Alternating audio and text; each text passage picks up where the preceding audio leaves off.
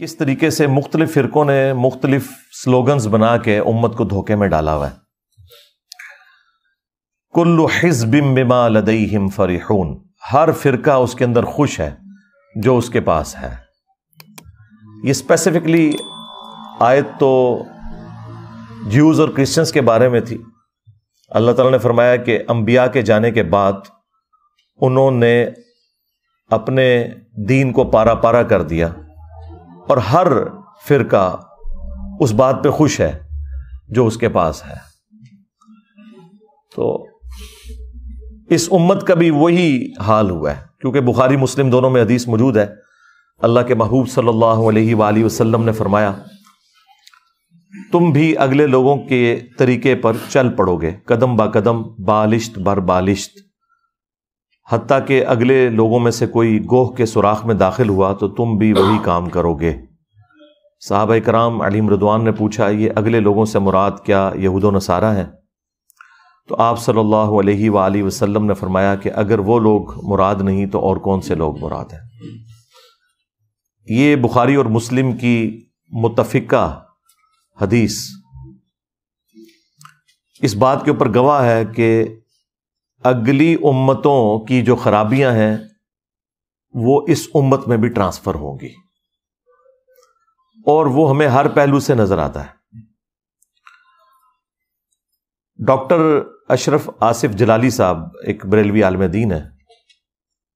اب ان کے لیے یہ بخاری مسلم کی حدیث بہت بڑا امتحان ہے، کیونکہ وہ ایسے فرقے سے تعلق رکھتے ہیں کہ جن کی خرابیاں جب ہم قرآن و سنت سے ہائی لائٹ کرتے ہیں تو وہ یہ کہہ کے جان چھڑا لیتے ہیں یہ تو یہود و نصارہ کے بارے میں ہے، یہ کافروں کے بارے میں ہے. تو پھر ہم انہیں یہی حدیث سناتے ہیں کہ نبی علیہ السلام نے فرمایا تھا کہ یہود و نصارہ میں جتنی خرابیاں ہیں وہ اس امت میں ٹرانسفر ہوں گی. تو جب وہ خرابیاں ٹرانسفر ہوں گی اور اتنی تفصیل کے ساتھ بتایا کہ قدم با قدم، بالشت بر بالشت، آپ اس امت کے اندر جتنی بھی گمراہیاں جو ہم ہائی لائٹ کرتے ہیں اگر ان کی لسٹ بنائے تو وہ تمام کی تمام گمراہیاں آپ کو یہود و نصارہ میں نظر آئیں گی، اور بعض تو ایسی ہیں جو یہود و نصارہ سے زیادہ ورسٹ فارم میں اس امت کے اندر. یہی وجہ ہے کہ سورۃ البقرہ قرآن میں سٹارٹ میں رکھی گئی ہے، حالانکہ سورہ بقرہ اس وقت نازل ہوئی تھی جب 2/3 قرآن نازل ہو چکا تھا. 70% حصہ قرآن کا آلموسٹ نازل ہو چکا تھا، اس کے بعد سورہ بقرہ نازل ہوئی ہے. لیکن قرآن میں مصحف کی ترتیب میں وہ شروع میں ہے. اس کی وجہ یہ ہے کہ جب بھی کوئی شخص قرآن کھول کے پڑھے تو اسے یہ اندازہ ہو کہ امتوں میں یہ خرابیاں آتی ہیں تو امت ڈیویٹ کر جاتی ہے رائے حق سے. اور اس میں وہ 7 یونیورسل ٹروتھس بھی آئے ہیں سورۃ البقرہ میں. اللہ تعالیٰ نے اسپیسیفکلی یہودیوں کے ریفرنس سے، کیونکہ وہ بھی ایک بہت بڑی امت گزری ہے اپنے زمانے میں، تو وہ بھی مسلمان ہی تھے جب تک انہوں نے جیزس کرائسٹ عیسیٰ ابن مریم کا یا محمد رسول اللہ کا صلی اللہ علیہ وآلہ وسلم انکار نہیں کیا تھا. تو ان کی ایک ایک خرابی اللہ تعالیٰ نے گنوائی ہے اور اس کے اینڈ پہ ایک ایک یونیورسل ٹروتھ ارشاد فرمایا ہے تاکہ یہ پتہ چل جائے کہ اللہ تعالیٰ کا کوئی رشتہ دار نہیں ہے.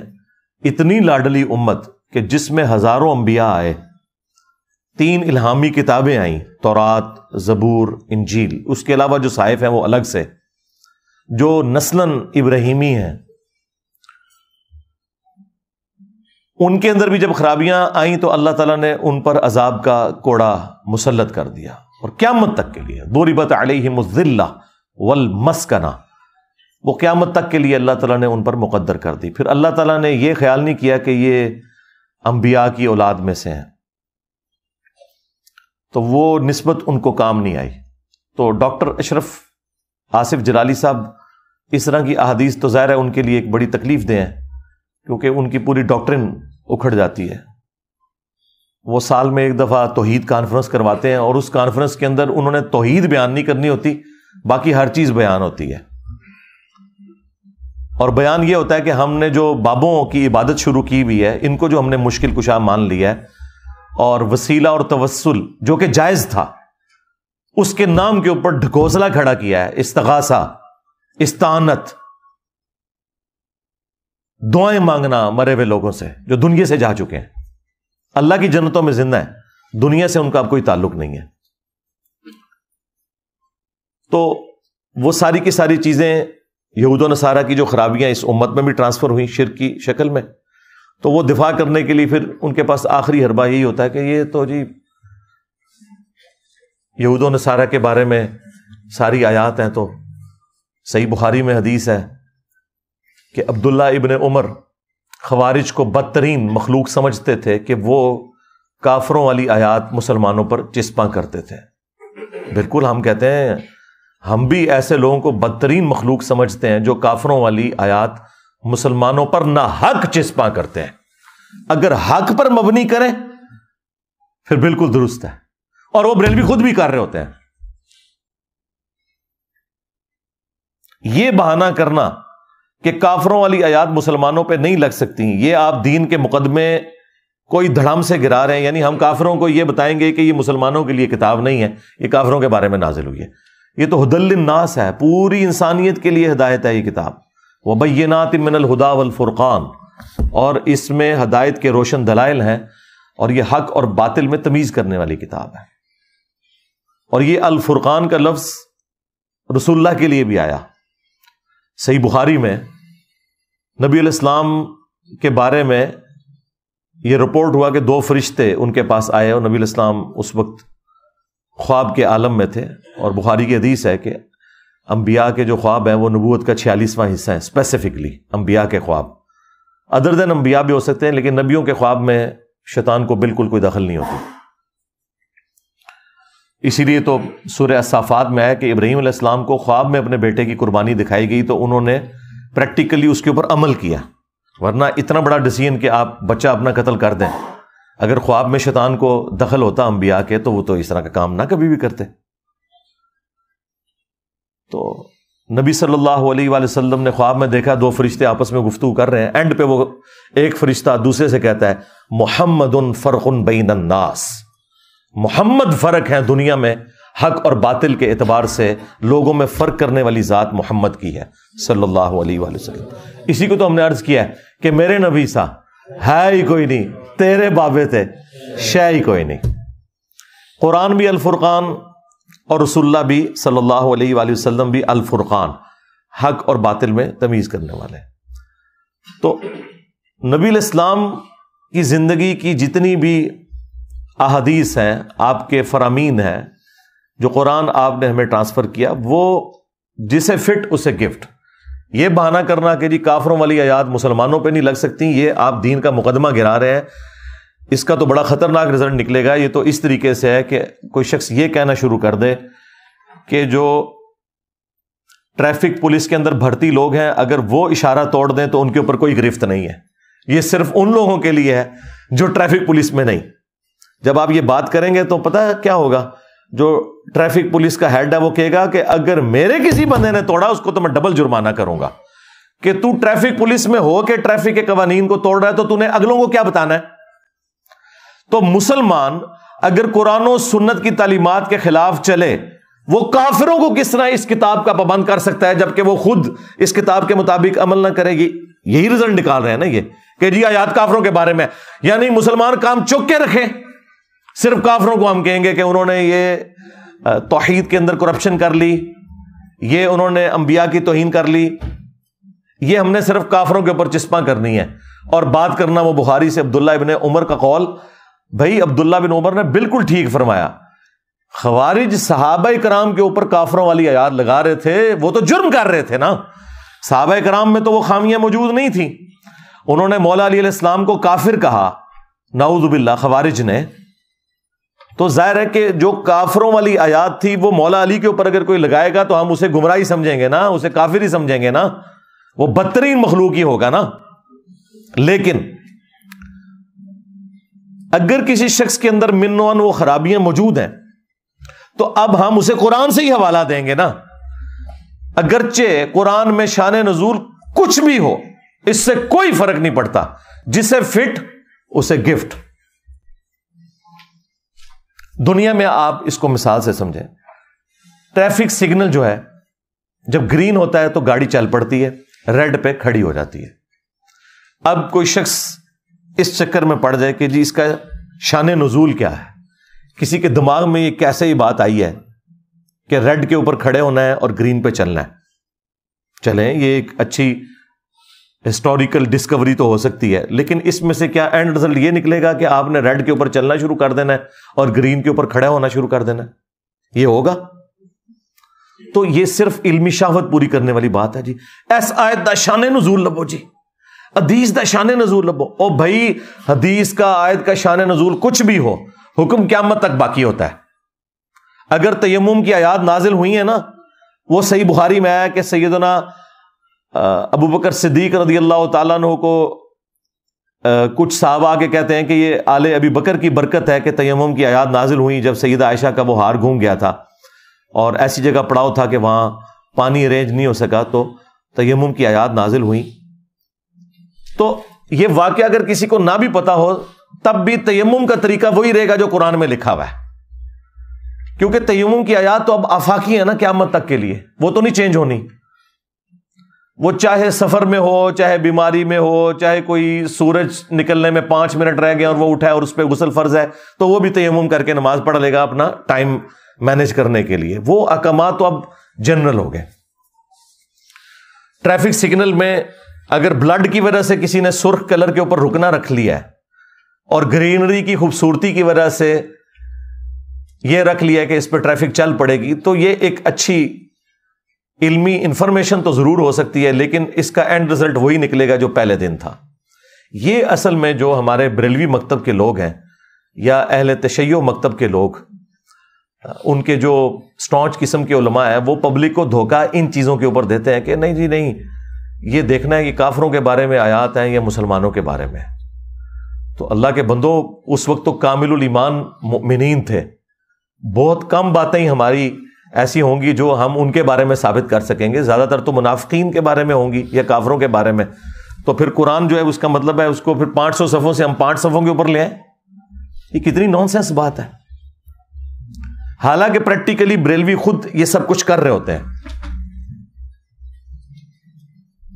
وہ میں آپ کو بعد میں مثالیں دیتا ہوں کہ کہاں کہاں یہ کر رہے ہوتے ہیں. پہلے اس حدیث کی طرف آئیں جو میں نے بیان کی بخاری مسلم سے، کہ ڈاکٹر اشرف آصف جلالی صاحب کہتے ہیں کہ جی یہ جو حدیث ہے نا کہ تم بھی اگلے لوگوں کی پیروی کرو گے قدم با قدم، بالشت بر بالشت، حتیٰ کہ ان میں سے کوئی گوہ کے سوراخ میں داخل ہوا تو تم بھی یہی کرو گے. تو ان کا یہ حدیث تو ٹھیک ہے، بخاری مسلم میں ہے، لیکن اس سے مراد یہود و نصارہ کا فیشن ہے. اچھا، یہ قرآن میں کہاں لکھا ہوا ہے کہ یا حدیث کے اندر کہ جو یہود و نصارہ کے فیشن والی آیتیں ہیں، ہائے میں صدقے جاواں کہ دماغ گل آئی ہے، اور جو ان کے فیشن والی حدیثیں ہیں وہ آپ مسلمانوں پہ لگا سکتے ہو، اس وقت تم لوگ جو ہے خوارج کی طرف بدترین مخلوق نہیں ہوگے؟ کیوں لگاؤ گے؟ تو وہ آپ کو کہیں گے نہیں، جسے فٹ اسے گفٹ، آئے ہو نا داڑھ تھلے ہون. ہاں، وہ کہتے ہیں فیشن کے بارے میں، ویسے نہیں. کیونکہ دیکھیں نبی الاسلام نے فرمایا، ابو داؤد میں حدیث ہے، من تشبہ بقوم فہو منہم، جس نے جس قوم کی مشابہت اختیار کی وہ ان میں ہی شمار ہوگا. تو اس سے مراد ظاہر ہے وہ فیشن کی طرف اشارہ تھا. اچھا جی، وہ فیشن کیا ہے؟ کہیں گے جی پینٹ شرٹ ٹائی. حالانکہ پینٹ شرٹ اور ٹائی کا کوئی لینا دینا ہی نہیں یہود و نصارہ کے ساتھ. پینٹ شرٹ اور ٹائی جو ہے وہ ہندو بھی استعمال کرتے ہیں، سکھ بھی کرتے ہیں، جیوز بھی کرتے ہیں، کرسچن بھی کرتے ہیں، سارے کرتے ہیں. اس کا تعلق کسی مذہبی ایکٹیویٹی کے ساتھ ہے ہی نہیں ہے. اس کے اوپر تو یہ چیزیں فٹ ہی نہیں ہوتی. اچھا، اور ان کا دین من تشبہ بقوم فہو منہم، وہ پینٹ سے شروع ہو کے ٹائی پہ ختم ہوتا ہے. اور جو 76 موبائل انہوں نے بڑے بڑے رکھے ہوئے اسمارٹ فون مریدوں کے پیسوں کے، یہ اجمیشی والوں نے بنائے، یہ بغداشی والوں نے بنائے یہ موبائل، یہ بھی تو یہود و نصارہ نے بنائے ہوئے. اس وقت بھی کاروبار ان کے ہاتھ میں ہے. تو اس سے مشابہت لازم نہیں آتی. اور جو پیچھے باڈی گارڈ رکھے ہوئے ہیں جنہوں نے بڑی بڑی وہ کلاشنکوف پکڑی ہوئی ہیں، بریلی شریف کی بنی ہوئی، ہاں، وہ یہود و نصارہ کا فیشن نہیں ہے. اور پھر آ کے یہاں پہ فٹ کریں گے. اور بھائی فیشن کا معاملہ نہیں ہے، ہر وہ چیز جو کسی بھی قوم کی یا مذہب کی مذہبی ایکٹیویٹی میں ہے اور وہ اسلام کے خلاف ہے، اسے اڈاپٹ کرنے میں یہ چیز فال کرے گی. اور دوسرا جو عقائد ہیں وہ بھی فال کریں گے. اب میں ان کو ان کی زبان میں جواب دوں گا. انہوں نے کہا تھا نا شان نزول آیات اور احادیث کا پیش کریں, تو سن لیں یہ جو حدیث ہے نا بخاری مسلم کی کہ تم بھی یہود و نصارہ کے طریقے پہ چل پڑو گے قدم با قدم بالشت بار بالشت, اس کا شان نزول بھی موجود ہے جامعہ ترمذی کے اندر. جامعہ ترمذی میں ایک حدیث موجود ہے, مشکات کے اندر بھی, اور امام ترمذی نے خود اس حدیث کو صحیح کہا ہے کہ غزوہ حنین کے موقع پر فتح مکہ کے بعد آلموسٹ 3-4 مہینے کے بعد, یہ مشرکین عرب سے آخری جنگ تھی نبی علیہ السلام کی اور صحابہ کرام کی. غزوہ حنین کے موقع پر اللہ کے محبوب علیہ السلام اپنے صحابہ کے ساتھ ایک جگہ سے گزر رہے تھے, تو راستے میں ایک درخت آیا جسے ذات انواد کہا جاتا تھا, اور مشرکین عرب کا یہ عقیدہ تھا کہ جو بھی اس کے ساتھ اپنا اسلحہ ٹچ کر لے یا اپنی تلوار تھوڑی دیر کے لیے اس درخت پہ لٹکا لے اسے جنگ میں فتح ہو جائے گی. بعض صحابہ کرام نے حضور سے یہ کہہ دیا یا رسول اللہ آپ بھی ہمارے لیے کوئی ایسا درخت مقرر کر دیں کہ ہم بھی اس سے برکت حاصل کر لیں. اندازہ کریں یہ بات صرف سننا تھی, نبی علیہ السلام نے اس بات کے اوپر فتویٰ کیا لگا دیا. وہ آپ سنیں گے تو آپ کو پتہ چل جائے گا کہ یہ لوگ کتنا دھوکہ دیتے ہیں کہ جی یہ آیات جو ہیں وہ کافروں کے بارے میں, مسلمانوں پہ بھی نہیں لگ سکتی. نبی علیہ السلام نے کافروں والی باتیں اپنے صحابہ کے اوپر خود لگا دی. آپ نے کہا سبحان اللہ, اس میں محذوف تھا عما یشرکون, اللہ پاک ہے ہر اس شرک سے کہ جو لوگ اس کی طرف منسوب کرتے ہیں. آپ نے فرمایا تم نے تو آج وہی بات کر دی جو موسیٰ کے ماننے والوں نے کر دی تھی کہ جب وہ سمندر سے پار لگے, سورۃ الاعراف آیت نمبر 138 کی تلاوت کی نبی علیہ السلام نے, اور انہوں نے ایسی قوم کو پایا جو بتوں پر اعتکاف کیے ہوئے تھی. تو انہوں نے کہا اے موسیٰ آپ بھی ہمارے لیے اللہ کا کوئی بت مقرر کر دیں, ہم اس پر دھیان کر کے اعتکاف کریں. تو موسیٰ علیہ السلام نے کہا کہ میں ایسی جاہل قوم سے اللہ کی پناہ میں آتا ہوں کہ جو یہ شرکی ایکٹیویٹیز کی طرف مائل کر رہی ہے. تو نبی علیہ السلام نے وہ لوگ جنہوں نے اللہ کا بت مانگا تھا ان بت پرستوں کی طرح ان کے ساتھ تشبیہ دے دی اپنے صحابہ کرام کی ڈیمانڈ کو. سمجھ رہے ہیں نا بات, سمجھ رہے ہیں نا؟ ہاں میں ہی سمجھا سکنا تو. پھر آپ نے فرمایا تم بھی اگلے لوگوں کے پیچھے چل پڑو گے قدم با قدم بالشت بار بالشت, جو خرابیاں ان میں آئی تم میں بھی آئیں گی. تو اب مجھے بتائیں یہ جو بخاری مسلم کی حدیث ہے یہ فیشن کے بارے میں نکلی یا عقیدوں کے بارے میں؟ اور عقیدے بھی کون سے؟ جو شرک کی طرف لے جانے والے تھے. حالانکہ صحابہ کرام نے وہ بت نہیں مانگا تھا, نہ کوئی درخت مانگا تھا جس کی عبادت کریں. یہ لادہ بات ہے کہ آج کئی مزارات ہیں جن پہ درخت لگے ہیں, اس کے ساتھ لوگ ٹاکیاں باندھتے ہیں جس طرح کے مشرکین عرب اپنا اسلحہ لٹکایا کرتے تھے. صحابہ کرام نے صرف کہا کہ ہم برکت حاصل کریں گے. صحابہ کرام کے بارے میں آپ شرک کا سوچ بھی نہیں سکتے, لیکن نبی علیہ السلام نے ان کی اس ایکٹیویٹی کو اس طرف کہا کہ تم نے بھی یہی کام شروع کر دینا ہے. یعنی تم سے مراد امت محمدیہ. صحابہ کرام کو تو اسپیشل پروٹیکشن تھی نا, بخاری مسلم میں کہ مجھے اپنے بعد تم سے شرک کا خوف نہیں. جو یہی ڈاکٹر اشرف جلالی صاحب دھوکہ دیتے ہیں جی, آپ نے فرمایا مجھے امت سے شرک کا خوف نہیں. واہ واہ, امت سے شرک کا خوف نہیں ہے تو امت نے تو ایک جعلی پیغمبر کھڑا کر لیا, اتنا بڑا غلام احمد قادیانی دجال. کیا رسول اللہ کے ساتھ شرک نہیں کیا؟ علی اللہ کہنا شروع کر دیا, کیا شرک نہیں کیا؟ علی اللہ کہنا جو ایک شیعہ کا آف شوٹ ہے نصیریہ, جسے شیعہ خود بھی کافر سمجھتے ہیں, وہ علی اللہ کہتے ہیں. تو کیا یہ شرک نہیں ہوا؟ کیا یہ یہود و نصارہ کا فرقہ ہے جو شرک کر رہا ہے؟ شیعہ سے ہی نکلا ہے نا. قادیانی فرقہ جو کفر کے اندر مبتلا ہوا سنیوں سے ہی نکلا ہے نا. غلام احمد قادیانی سنی تھا, شیعہ نہیں تھا. بلکہ اس کے ماننے والے تو ابھی تک اپنے آپ کو حنفی کہتے ہیں, بغیر رفع الیدین کے نماز پڑھتے ہیں. الحمدللہ حنفی بریلوی, حنفی دیوبندیوں کے جائز بھائی ہیں حنفی قادیانی جی. ہاں, ان کے مربی کی وہ ویڈیو بھی ریکارڈ ہے کہ ہم امام حنیفہ کو فالو کرتے ہیں جی. We follow generally Imam Abu Hanifa's fatwa were very largely accepted by the ulama, And unless we find reasons to disagree with him, we would generally follow the fiqh Hanafiya.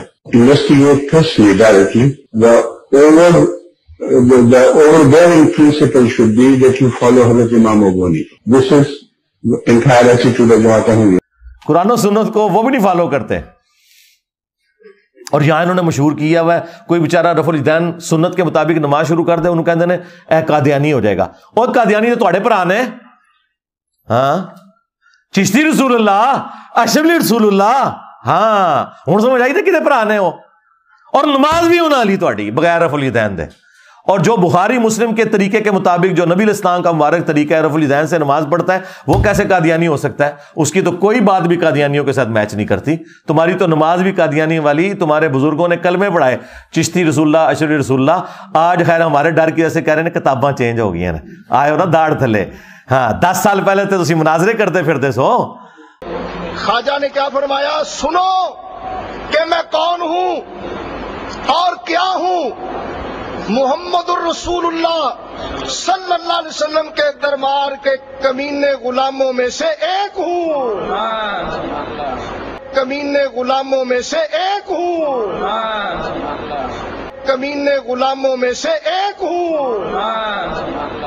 ہاں دفاع کرتے تھے شتیہات کے نام پہ, ٹھیک ہے جی, معرفت کے نام کے اوپر. آج انجینئر کے ڈر کی وجہ سے اپنے بزرگوں کو ہی چھوڑ کے بھاگ گیا ہے. ہم نے یہ تو سنا تھا کہ باندری دے جدو پیر سڑ دے نا وہ بچے دیں دی اپنے تھلے.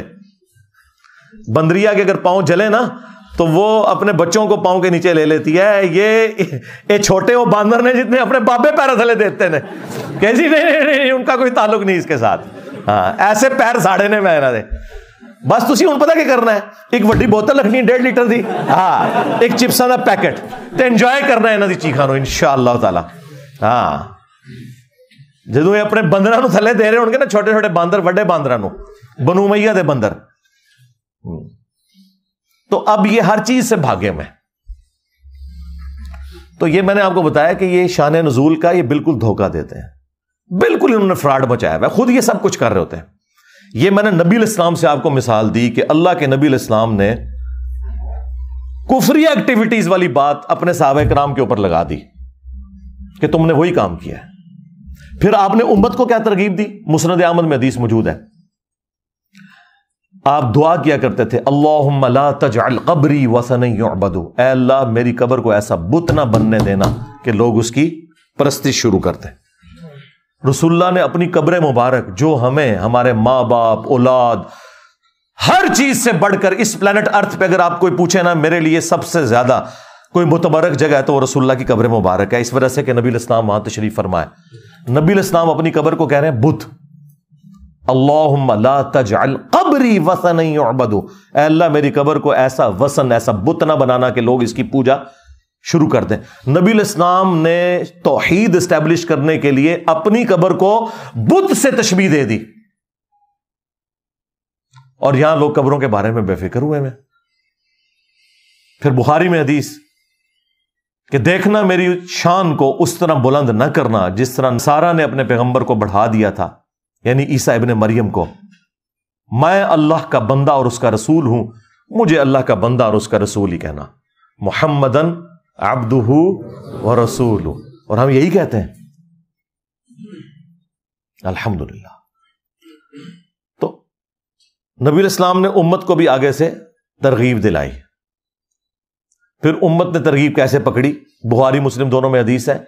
اما عائشہ سلام اللہ علیہا کہتی ہیں کہ نبی الاسلام کے آخری دن چل رہے تھے اور آپ کے پاس پانی کا ایک برتن رکھا ہوا تھا. آپ تکلیف کی وجہ سے بار بار اپنے چہرے اقدس سے چادر ہٹاتے اور پھر اس پانی سے اپنے جسم پہ کچھ مل کے بخار کی شدت کو ٹھنڈا کرتے اور بار بار یہ کہتے لعن اللہ الیہود والنصارى اتخذوا قبور انبیاءہم مساجدہ, اللہ کی لعنت ہو یہود و نصارہ پر, انہوں نے اپنے نبیوں کی قبروں کو سجدہ گاہ بنا لیا تھا.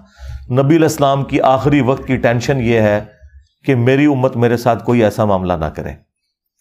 اور اس حدیث میں بخاری اور مسلم دونوں میں آگے ہماری ماں سیدہ عائشہ سلام اللہ علیہا کے الفاظ ہیں کہ اگر ہمیں یہ خطرہ نہ ہوتا کہ لوگ رسول اللہ کی قبر پہ سجدے شروع کر دیں گے تو میں رسول اللہ کی قبر کو عوام الناس کی زیارت کے لیے کھلا چھوڑ دیتی، یعنی اپنے حجرے کی دیوار بھی گرا دیتی، جس کا جب دل کرے رسول اللہ کی قبر پہ حاضر ہو، لیکن مجھے یہ خطرہ ہے کہ لوگ قبر پہ سجدے شروع کر دیں گے۔ اما عائشہ کو تو کسی نے نہیں کہا کہ جی بعد میں تو بریلویوں نے اور شیعہ نے یہ معاملات آگے لے کے چلنے ہیں کہ جی امت میں شرک آنا ہی کوئی نہیں ہے، تو تمہیں نہیں پتا کہ شرک نہیں آئے گا، وہ چیز ہی کچھ اور تھی۔ اس کے لیے میری تفصیلی ویڈیو ہے، مجھے تم سے شرک کا خوف نہیں، یہ میں نے تفصیلی ویڈیو ایک ریکارڈ کرائی ہے، وہ آج میرا ٹاپک نہیں ہے۔ پھر بخاری اور مسلم دونوں میں موجود ہے، نبی علیہ السلام کا آخری وقت چل رہا ہے اور حضور کی 3 بیویاں آپ کے پاس بیٹھی ہوئی ہیں، سیدہ ام سلمہ، سیدہ ام حبیبہ اور سیدہ عائشہ رضی اللہ عنہن وعلیہم السلام اجمعین۔ ان میں سے 2 تو ایسی ہیں جو سینئر ہیں اور انہوں نے ہجرت مدینہ سے پہلے ہجرت حبشہ بھی کی ہوئی ہے، ام سلمہ نے بھی اور ام حبیبہ نے بھی۔ اس وقت خیر وہ ام المومنین نہیں تھی، اپنے ایکس ہسبینڈز کے عقد میں تھی وہ، تو انہوں نے نبی علیہ السلام کی موجودگی میں گفتگو کرتے ہوئے کہا کہ جب ہم حبشہ ہجرت پہ گئے تھے نا تو وہاں ہم نے ماریہ نام کا ایک گرجا دیکھا تھا جہاں پہ کچھ تصویریں لٹکی ہوئی تھی۔ بخاری مسلم کے الفاظ ہیں کہ حضور تکلیف کی وجہ سے، اور آپ کا آخری وقت آیا ہوا ہے، تکلیف کے عالم میں بھی ایک دم جب یہ بات سنی نا تو فوراً آپ متوجہ ہوئے۔ آپ نے فرمایا ان کی یہی تو خرابی تھی، جب ان کا کوئی نیک بندہ یا پیغمبر مر جاتا تھا نا تو وہ اس کی قبر کے اوپر تصویریں لٹکا دیتے تھے، مسجدیں بنا لیتے تھے، پھر پوجا شروع کر دیتے تھے۔ قیامت کے دن وہ لوگ بدترین مخلوق ہوں گے۔ آپ کے پیغمبر کو آخری وقت میں ٹینشن یہ ہے کہ امت اپنے پیغمبر کے ساتھ یہ کام نہ کرے، اور آج امت نے پیغمبر کو تو چھوڑ دے، جعلی بابوں کے ساتھ وہ عقیدے وابستہ کر لیے میں۔ مسلم شریف میں حدیث موجود ہے، جندب رضی اللہ تعالیٰ عنہ کہتے ہیں کہ نبی علیہ السلام سے ان کی وفات سے 5 دن پہلے میں نے یہ بات سنی تھی خود، کہ دیکھنا اگلے لوگوں میں سے جب کوئی بندہ فوت ہو جاتا تھا، کوئی پیغمبر فوت ہو جاتا تھا تو لوگ اس کی قبر پہ سجدے شروع کر دیتے تھے، میرے ساتھ تم نے یہ کچھ نہیں کرنا، میں تمہیں منع کرتا ہوں۔ یار کسی بریلوی نے جو ادھر موجود تھے حضور کے زمانے میں، حضور کو یہ نہیں کہا یا رسول اللہ آپ نے تو خود ہی کہا امت نے شرک نہیں کرنا، یہ آپ کو آخری وقت میں ٹینشن کیوں پڑی ہوئی ہے؟ حضور کو پتا تھا کہ یہ ساری خرابیاں امت میں آئیں گی۔ یہ 3 میں نے آپ کو اتنی میجر باتیں بتا دی ہیں نبی علیہ السلام کے ریفرنس سے، 3 سے بھی خیر زیادہ ہو چکی ہیں، 5 ہو چکی ہیں۔ اب آگے چلیں، آگے چل، ہاں آگے بخاری میں لکھا ہوا ہے کہ جب سیدہ عائشہ سلام اللہ علیہا جنگ جمل کے لیے روانہ ہوئی تو ایک صحابی کہتے ہیں میں نے ارادہ کیا کہ میں عائشہ کا ساتھ دوں علی کے خلاف، لیکن جنگ جمل کے دنوں میں مجھے حضور کی ایک حدیث نے نفع پہنچایا اور میں ایسا کام کرنے سے رک گیا۔ اب ذرا صحابی کے الفاظ آپ نے سننے ہیں کہ وہ حدیث کون سی ہے۔ وہ کہتے ہیں کہ میں نے نبی علیہ السلام سے خود یہ بات سن رکھی ہے کہ جو قوم اپنی امارت، اپنی حکومت، اپنے معاملات کسی عورت کے سپرد کر دے وہ کبھی کامیاب نہیں ہو سکتی۔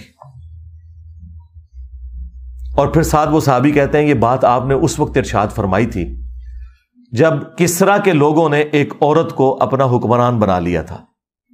یہ وہی عورت تھی جو حضرت عمر کے دور میں جس کو شکست ہوئی اور پرشین امپائر گری قادسیہ کے اندر سعد ابن ابی وقاص کے ہاتھوں، اس وقت وہی عورت حکمران تھی۔ تو جب وہ حکمران بنی تو نبی علیہ السلام اس وقت دنیا میں موجود تھے، تو آپ نے فرمایا یہ قوم کبھی فلاں نہیں پائے گی، انہوں نے اپنی امارت ایک عورت کے سپرد کر دی ہے۔ اب مجھے بتائیں وہ عورت تو یہود و نصارہ بھی نہیں، آتش پرست، آگ کی پرستش کرنے والے لوگ تھے، کافر تھے، اور صحابی وہ کافروں والی آتش پرستوں والی حدیث فٹ کس کے اوپر کر رہے ہیں؟ حضرت عائشہ کے اوپر۔ دیکھا آپ نے؟ ہاں ان کو میں ہی جواب دے سکتا ہوں۔ ہوں تو گل کتنے گئی کہ جی وہ کافراں والیاں گلاں مسلمانوں تے نہیں لگ سکدیاں، اور لا لا کے ہمیں بخاری سے عبداللہ بن عمر کا قول پیش کرتے ہو۔ عبداللہ بن عمر نے بالکل ٹھیک کہا کہ خوارج نہ حق فٹ کر رہے تھے مولا علی اور ان کے ساتھیوں کے اوپر۔ اگر حق پہ مبنی فٹ کی جائے پھر کوئی حرج نہیں ہوتا، جس طرح اس صحابی نے کیا۔ انہوں نے کہا میں عائشہ کا ساتھ اس لیے نہیں دے رہا کیونکہ حضور نے کہا تھا کہ عورت کے حوالے جب سپردگی ہو جائے حکومت کی وہ کامیاب نہیں ہوتی، کیونکہ کسرا کے لوگوں نے ایک عورت کو حکمران بنا لیا. ایک آتش پرست عورت جب حاکمہ بنی، اس کی مثال سیدہ عائشہ کے حوالے سے فٹ کر کے وہ صحابی حضرت عائشہ سلام اللہ علیہا کی سپورٹ سے پیچھے ہٹ گئے. اس کا مطلب ہے صحابہ کرام کا بھی یہی عقیدہ تھا جو انجینئر صاحب کہہ رہے ہیں، کیا؟ جسے فٹ اسے گفٹ.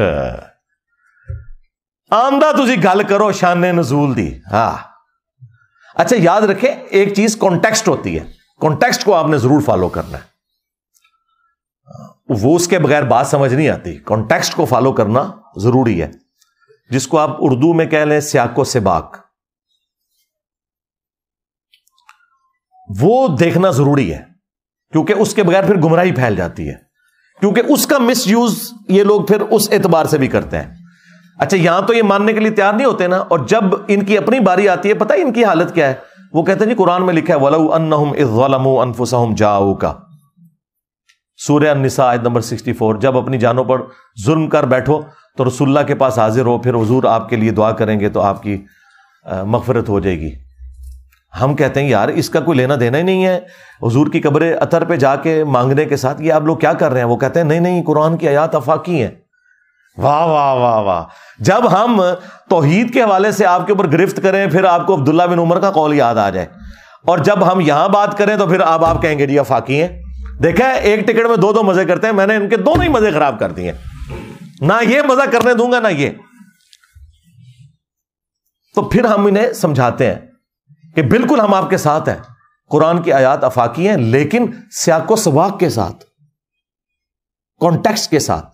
شان نزول کو چھوڑ دیں، وہ کیا تھا، سیاق و سباق کیا ہے اس کا، تو وہ قرآن کے اندر موجود ہوتا ہے. سیاق و سباق باہر نہیں ہوتا، شان نزول باہر ہوتا ہے. اور کانٹیکسٹ جو ہے وہ قرآن کے اندر ہے، وہ سمپل کانٹیکسٹ ہے. سورہ النساء میں منافقین کے بارے میں ذکر ہو رہا ہے جو اوپر سے کلمہ گو تھے اندر سے کافر تھے. نبی علیہ السلام ان کے صحابہ کو، اہل البیت کو اپنی زبانوں سے تکلیفیں دیتے تھے.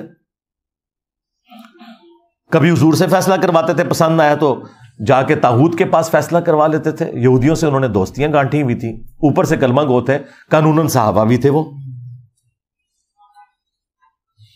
تو ان کے بارے میں آیا کہ یہ جو طاغوت کے پاس جا کے فیصلہ کرواتے ہیں نا، جو انہوں نے اب اپنی جانوں پہ یہ ظلم کیا ہے نا کہ اللہ کے نبی کے حاکم ہوتے ہوئے انہوں نے جا کے کافروں سے فیصلے کروائے ہیں، تو اب ان کو چاہیے کہ آگے حضور سے معافی مانگے اور حضور ان کے لیے مغفرت کی دعا کریں، پھر اللہ تعالیٰ انہیں معاف کر دے گا.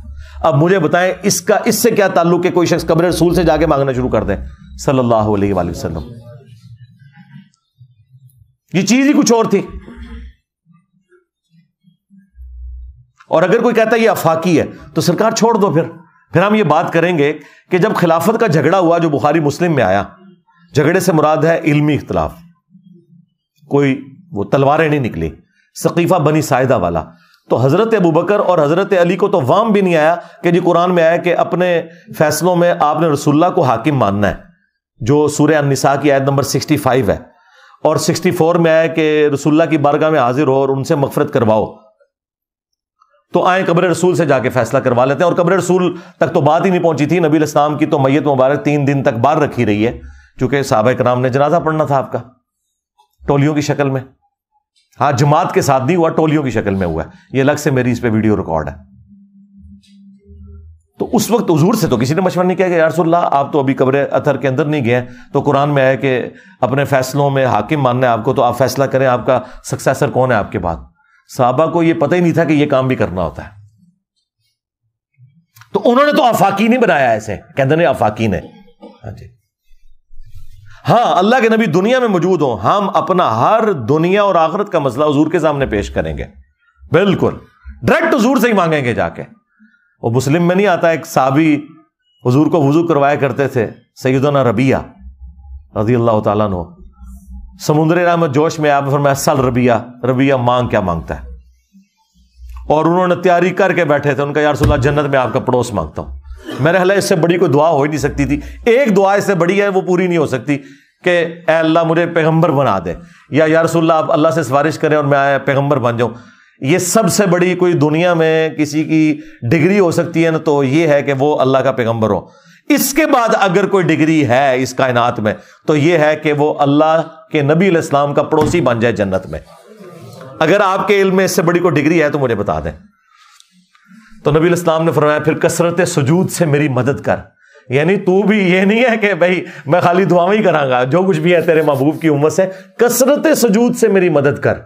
یعنی فرض تو تو نے پڑھنے ہی پڑھنے ہیں، اس کے علاوہ بھی نفلی باتوں میں ہمیشگی کر. میں پھر سفارش کروں گا کہ یہ بڑا لائق اسٹوڈنٹ ہے میرا، تو اے اللہ تو اس کو پڑوسی کر دے میرا جنت میں. کثرت سجود سے میری مدد کر. اس پہ میں پھر اکثر بولا کرتا ہوں کہ ہم ربیہ والا عقیدہ رکھتے ہیں کہ ہمیں نبی علیہ السلام کا جنت میں پڑوس چاہیے. اور یہ صوفیوں کے ماننے والے ان کے عقیدے رابعہ والے ہیں.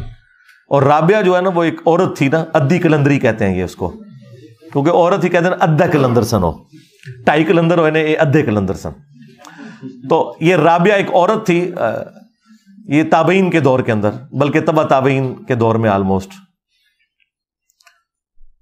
تو اس کے بارے میں کہتے ہیں ایک ہاتھ میں اس کے آگ تھی اور ایک میں پانی، اور اس نے کہا میں آگ سے جنت کو جا کے جلا دوں گی اور پانی سے جہنم کو بجھا دوں گی تاکہ لوگ اللہ کی محبت میں اس کی عبادت کریں. اور لوگ تلے کہتے ہیں سبحان اللہ، لعنت اللہ ہے تو اڑے عقیدے ہوتے ہوئے. کیا یہ جنت کی لالچ شیطان نے دیا یا اللہ نے؟ جنت اللہ کی رحمت کا مقام نہیں ہے؟ کیا اللہ کے رحمت کے مقام کی اس طرح توہین کرنا کہ میں اسے آگ لگا دوں گا تو انہوں تو کسی نے کھنگڑ نہیں دینا، آگ لگ دی ہے انج. کیا یہ اللہ کی توہین نہیں ہے؟ جہنم کا ڈر کیا اللہ اور اس کے رسول نے نہیں سنایا؟ کیا اس بات کے اوپر ٹونٹ کی جا سکتی ہے؟ جعلی عقیدے. قرآن میں تو سورہ سجدہ میں آیا کہ ہمارے نیک بندے وہ ہیں کہ جو خوف اور طمع دونوں کے ساتھ اللہ کو پکارتے ہیں. انہیں خوف بھی ہے آخرت کے دن کا اور جنت کی لالچ بھی ہے.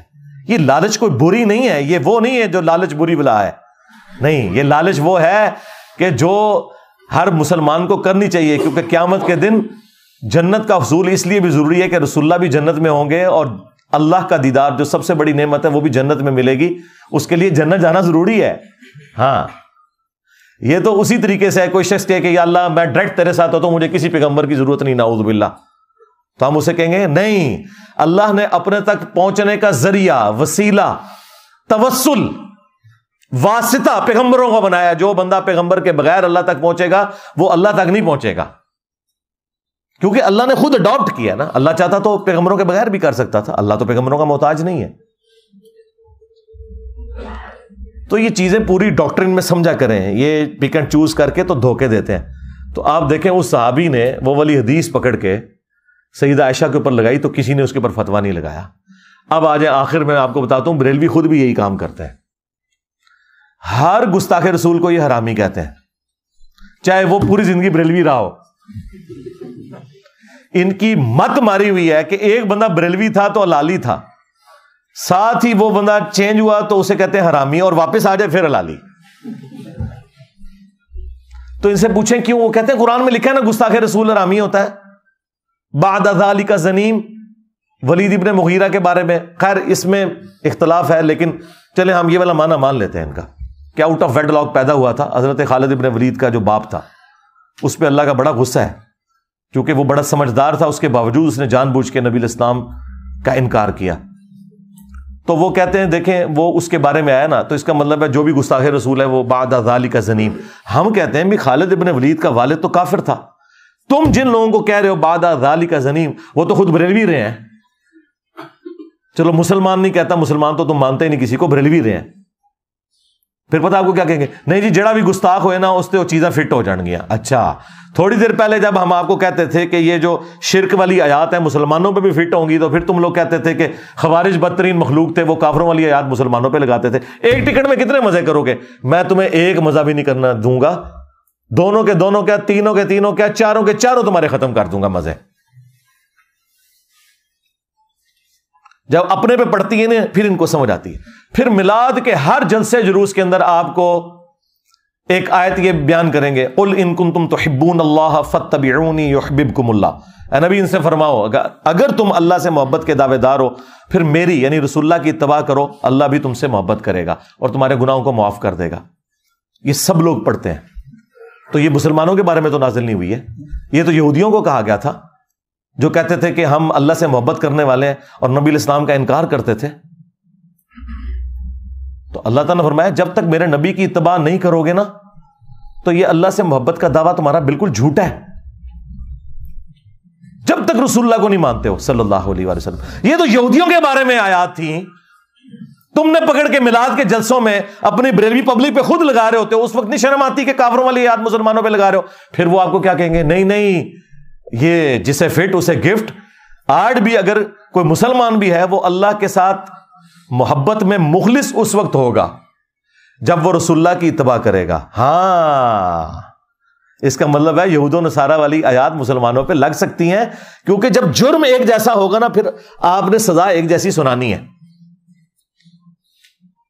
ظاہر ہے صحابہ کرام کو تو نہیں اللہ تعالیٰ کہہ رہا تھا کہ تم اگر اللہ سے محبت کے دعوے دار ہو تو میرے نبی کی پیروی کرو، اور اللہ کے بندو صحابہ کرام کا تو دین رسول اللہ سے سٹارٹ ہوتا تھا اور اللہ تک پہنچتا تھا، انہوں نے تو حضور کو ماننا ہے تو اللہ کو ماننا ہے، ان کو تو یہ بتانے کی ضرورت ہی نہیں ہے کہ آپ نے حضور کی اتباع کرنی ہے۔ لاجیکل سپیکنگ انہوں نے تو نبی الاسلام کی وجہ سے اللہ تعالیٰ کو پہچانا تھا۔ پہلے تو وہ لوگ کون تھے؟ بت پرست تھے، ان کو تو اللہ کا تعارف ہی حضور کی وجہ سے ہوا، ان کو تو اللہ نے نہیں کہنا تھا نا، یہودیوں کو کہا جا رہا تھا۔ یہ فٹ کرتے ہیں، کہتے ہیں جی وہ دیکھیں آج بھی محبت کا معیار یہی ہے۔ یہ لادہ بات ہے کہ محبت بس اتنی ہے آیت بیان کرنے تک، اس میں یہ نہیں تھا کہ اگر تم اللہ سے محبت کرتے ہو تو نبی کے نام کے نعرے لگاؤ، اس میں تھا کہ اتباع کرو، اور اتباع کہتے ہیں محبت کے ساتھ پیروی کرنے کو۔ اور اس کا مطلب آپ کو پتا کیا ہے؟ اس کا مطلب یہ ہے کہ پوری دنیا ایک طرف ہو، اللہ اور اس کے رسول کے احکامات دوسری طرف، تو آپ کے لیے ٹاپ پرائرٹی یہ ہونی چاہیے جو سورہ توبہ کی آیت نمبر 24 میں اللہ تعالیٰ نے 8 چیزیں گنوائی ہیں اور اس کے مقابلے میں 3 چیزیں، دنیا کی ساری چیزیں 8 چیزوں میں گنوا کے اللہ تعالیٰ نے کہا کہ یہ اگر چیزیں بھاری ہوگی نا ان 3 چیزوں سے، کس سے؟ اللہ اور اس کے رسول کی محبت اور اللہ کی راہ میں جہاد کرنے سے، پھر اللہ کے عذاب کا انتظار کرنا۔ اللہ اور اس کے رسول سے بڑھ کے کوئی چیز نہیں ہو سکتی۔ اور بخاری مسلم دونوں میں حدیث ہے کہ اس نے ایمان کی حلاوت چکھ لی جس میں 3 نشانیاں ہیں۔ نمبر 1 اللہ اور اس کے محبوب علیہ السلام اسے پوری دنیا میں سب سے بڑھ کر محبوب ہوں۔ نمبر 2 کفر کی طرف لوٹایا جانا اس کے لیے اتنا ہی مشکل ہو جائے جتنا زندہ آگ میں جلایا جانا۔ اور نمبر 3 اس کی دوستی اور دشمنی کا معیار صرف اللہ کی ذات ہو۔ ہاں، اور پھر بخاری مسلم کی وہ حدیث، تم میں سے کوئی شخص اس وقت تک مؤمن ہی نہیں ہو سکتا جب تک کہ میں اسے اس کے ماں باپ اولاد سب لوگوں سے بڑھ کر عزیز نہ ہو جاؤں۔ اور اس کا کلائمیکس بخاری کی وہ حدیث جو حضرت عمر اور نبی علیہ السلام ایک دفعہ چہل قدمی کر رہے تھے، حضرت عمر نے حضور کا ہاتھ اپنے ہاتھوں میں پکڑ کے لاڈ کرتے ہوئے کہا یا رسول اللہ آپ مجھے اس دنیا میں اپنی جان کے سوا باقی ہر چیز سے بڑھ کر محبوب ہیں۔ اپنی طرف سے انہوں نے بہت مارکا مارا، بخاری کے الفاظ ہیں، آپ نے فرمایا نہیں عمر بلکہ تیری جان سے بھی بڑھ کر۔ ان کا یا رسول اللہ آپ مجھے میری جان سے بھی بڑھ کر عزیز ہیں۔ آپ نے فرمایا ہاں اب عمر تمہارا ایمان مکمل ہوا ہے۔ تو اس میں نعرے مارنا نہیں ہے، اتباع کرنا ہے، اور اتباع کہتے ہیں محبت پلس اطاعت کو۔ صرف محبت کوئی چیز نہیں، صرف اطاعت کوئی چیز نہیں، دونوں چیزیں۔ اور ان کا حال کیا ہے وہ مجھے اب دیکھیں، یہ پرچی سے 1 گھنٹہ آلموسٹ ہونے والا کیفیت میرے پہ تاری ہوئی ہے۔ وہ پرچی کیا تھی جی؟ عاشق رسول بتاتے ہیں اپنے آپ کو۔ تو ان کا عشق رسول کا یہ حال ہے کہ آپ انہیں آیت پیش کریں، حدیث پیش کریں، یہ کہتے ہیں جی بزرگ فرماتے ہیں۔ پھر میں نے یہی کہنا نا بابے دشاہی کوئی نہیں، ظاہر ہے اللہ رسول کے مقابلے میں یہ جو حدیث ہے کہ تم مومن ہی نہیں ہو سکتے جب تک کہ میں تمہیں تمہارے ماں باپ اولاد سب لوگوں سے بڑھ کر عزیز نہ ہو جاؤں، تو پھر نبی علیہ السلام کے مقابلے پر ماں باپ ہوں، ماں باپ کوئی شاہی نہیں، سیدھی سی بات ہے۔ مولوی کٹنگ کلپ تاکہ تیری پھر کتے علی ہو پہ، پوری دنیا کوئی چیز ہی نہیں، بیوی بچے تو شاہی کوئی نہیں، بابے تو شاہی کوئی نہیں اللہ اور اس کے رسول کے مقابلے کے اوپر۔ تو ان کے عشق رسول کا حال آپ دیکھ لیں، ان کے سامنے آپ آیت حدیث پیش کریں، وہ کہتے ہیں نہیں بزرگوں کو نہیں سمجھ آیا قرآن و حدیث. اور سرکار نہیں سمجھ آیا نا، سمجھ لو نا، سمجھ رہے ہیں نا، کوئی نہیں سمجھ آیا. ان لوگوں کو نہ کانٹیکسٹ کا پتہ، نہ شان نزول کا پتہ، ان چیزوں کو اس طریقے سے مکس کر کے دھوکہ دیتے ہیں. صحیح بخاری میں موجود ہے، حضرت عمر فاروق رضی اللہ تعالیٰ کے دور میں جب قحط پڑتا تو وہ دعا کرتے، اللہم انا کننا نتوسل الیک بنبینا، اے اللہ پہلے تیرے نبی کے ذریعے ہم تیری طرف توسل اختیار کرتے تھے، اب ہم تیرے نبی کے چچا کو لے کے آئے ہیں، ان کی دعا کی برکت سے بارش نازل فرما. حضرت عمر نے عقیدہ دے دیا کہ وسیلہ اور توسل یہ ہے کہ جو بندہ آپ کے سامنے موجود ہے آپ اسے جا کے دعا کروائیں. کیا رسول اللہ کا مرتبہ وفات کے بعد کم ہو گیا؟ نہیں، بڑھتا جا رہا ہے. وَلَلْآخِرَةُ خَيْرٌ لَكَ مِنَ الْأُولَىٰ، آپ کا ہر آنے والا لمحہ گزرے ہوئے سے بہتر ہے. آج کی ڈیٹ میں جو حضور کا مرتبہ ہے نا، وہ اس سے بڑھ کر ہے جو نبی علیہ السلام کی اپنی مبارک زندگی میں تھا. کیونکہ ان 1400 سال میں جو اللہ نے درود ان پر بھیجا، اللہم صلی علی محمد وعلی آل محمد، اور جو فرشتوں نے بھیجا، اور سب سے بڑھ کر جو کروڑوں نہیں اربوں لوگ نبی علیہ السلام کے دین کے پیروکار ہوئے، ان تمام لوگوں کے اعمال کا ثواب تو حضور کو پہنچ رہا ہے نا، ہاں، صدقہ جاریہ کے طور پر. تو آج کی ڈیٹ میں جو حضور کا مرتبہ ہے، تو کیا حضرت عمر کے دور میں مرتبہ ختم ہو گیا تھا؟ نہیں، انہوں نے امت کو عقیدہ دیا. یہ کیا کرتے ہیں؟ حدیثیں پکڑتے ہیں حضور کی مبارک زندگی کی اور لگاتے ہیں پھر بعد میں، یا کو وہ جعلی روایت جو ابن کثیر نے نقل کی، اس کے اوپر میں نے پورا پوسٹ مارٹم کیا، قبر رسول پہ جا کے مانگنا. وہ کہتے ہیں جی وَلَوْ أَنَّهُمْ ظَلَمُوا أَنفُسَهُمْ جاؤ کا پڑھا تھا. اور سرکار اس نے کیا پڑھا تھا؟ وہ تو روایتی مصنف ابن ابی شیبہ کی آمش کی تدریس کی وجہ سے ضعیف ہے. جو بخاری میں لکھا ہے وہ تو حضرت عمر کہہ رہے ہیں جب تک تیرے نبی موجود تھے ہم ان کے ذریعے دعا کرواتے تھے، وسیلہ اختیار کرتے تھے، اب چچا کو لے کے. حضرت عمر سے بڑھ کے کسی کو عقیدے پتہ ہے؟ بخاری میں حدیث ہے، ایک صحابی کی پنڈلی کی ہڈی ٹوٹ گئی، انہوں نے اپنی پگڑی اس پہ باندھی، حضور کے پاس آئے، حضور نے کسی کام سے بھیجا ہوا تھا. آپ نے پوچھا یہ کیا ہوا؟ رسول اللہ واپسی پہ قلعے سے چھلانگ لگائی تو ہڈی ٹوٹ گئی تو میں نے اپنی پگڑی باندھ لی. آپ فرمایا ادھر کر، ہاتھ پھیرا، بالکل ٹھیک ہو گیا.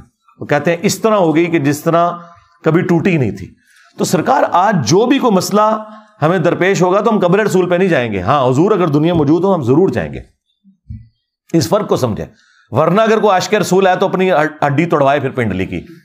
اگر ایک بریلوی کی پنڈلی کی ہڈی ٹوٹنے سے پوری دنیا کے مسلمانوں کے عقیدے صحیح ہوتے ہیں تو کوئی مہنگا سودا ہے؟ ویزا ہم لگوا دیتے ہیں. یہ آپ بات کریں گے کہتے ہیں جی کعبے جا کے ٹھیک کرا لو نا بندہ. وہ کعبے والے کا تو دعویٰ ہی نہیں ہے، اس نے تو دنیا کو اسباب سے جوڑا ہوا ہے. کعبے والے نے کہاں کہا ہے کہ 100 دفعہ بسم اللہ پڑھنے سے تو بھوک ختم ہو جائے گی اور 100 دفعہ دروشی پڑھنے سے پیاس ختم ہو جائے گی؟ کعبے والے نے تو کعبے کی بے حرمتی اس وقت ہوتے دیکھی جب یزید کے دور میں چڑھائی ہوئی. کعبے والے نے تو حسین ابن علی کو مظلومانہ شہید ہوتے ہوئے دیکھا. دنیا کو اللہ تعالیٰ نے اسباب کے ساتھ جوڑا ہے، مسلمانوں کی ڈیوٹی لگائی ہوئی ہے. ہاں یہ آپ کا عقیدہ ہے کہ بزرگ بابوں نے جو ہے وہ دنیا سنبھالی ہوئی ہے. ہاں اللہ نے یہ کہیں نہیں کہا کہ میں نے دنیا سے اعتبار سے سنبھالی ہوئی ہے کہ میں انٹروین کروں گا. نہیں، اللہ نے اپنے معاملات جو جن معاملات میں ہمیں آزادی دی ہوئی ہے وہ ہم پہ چھوڑے ہیں کہ آپ نے اپنی آخرت کی فکر کرنی ہے. اللہ نے کبھی انٹروین نہیں کرنا. وہ ایک ابرا کے لشکر کو ایک دفعہ ہی ہلاک کیا ہے اس لیے کہ اس سال کو ایک یادگار سال بنانا تھا. حضور کی پیدائش کا سال تھا، عام الفیل والا. ورنہ تو یزید نے چڑھائی کی، حجاج ابن یوسف نے چڑھائی کی. یزید کے دور میں خانہ کعبہ ڈیمیج ہو گیا. بخاری مسلم میں آیا کہ قرب قیامت میں ایک پتلی ٹانگوں والا حبشی کعبے کی اینٹ سے اینٹ بجا دے گا، کوئی حفاظت نہیں ہوگی. ہاں ایک جگہ صرف آیا بخاری مسلم میں کہ دجال کعبے میں داخل نہیں ہوگا اور مدینے میں داخل نہیں ہوگا. بس اتنی گارنٹیاں آئی ہیں. آپ کے بزرگوں نے تو ساری گارنٹیاں اٹھائی ہوئی ہیں. کتنے نے ہونا میرے بعد ڈر کے لک گئے میرا خیال ہے کدھر. ہاں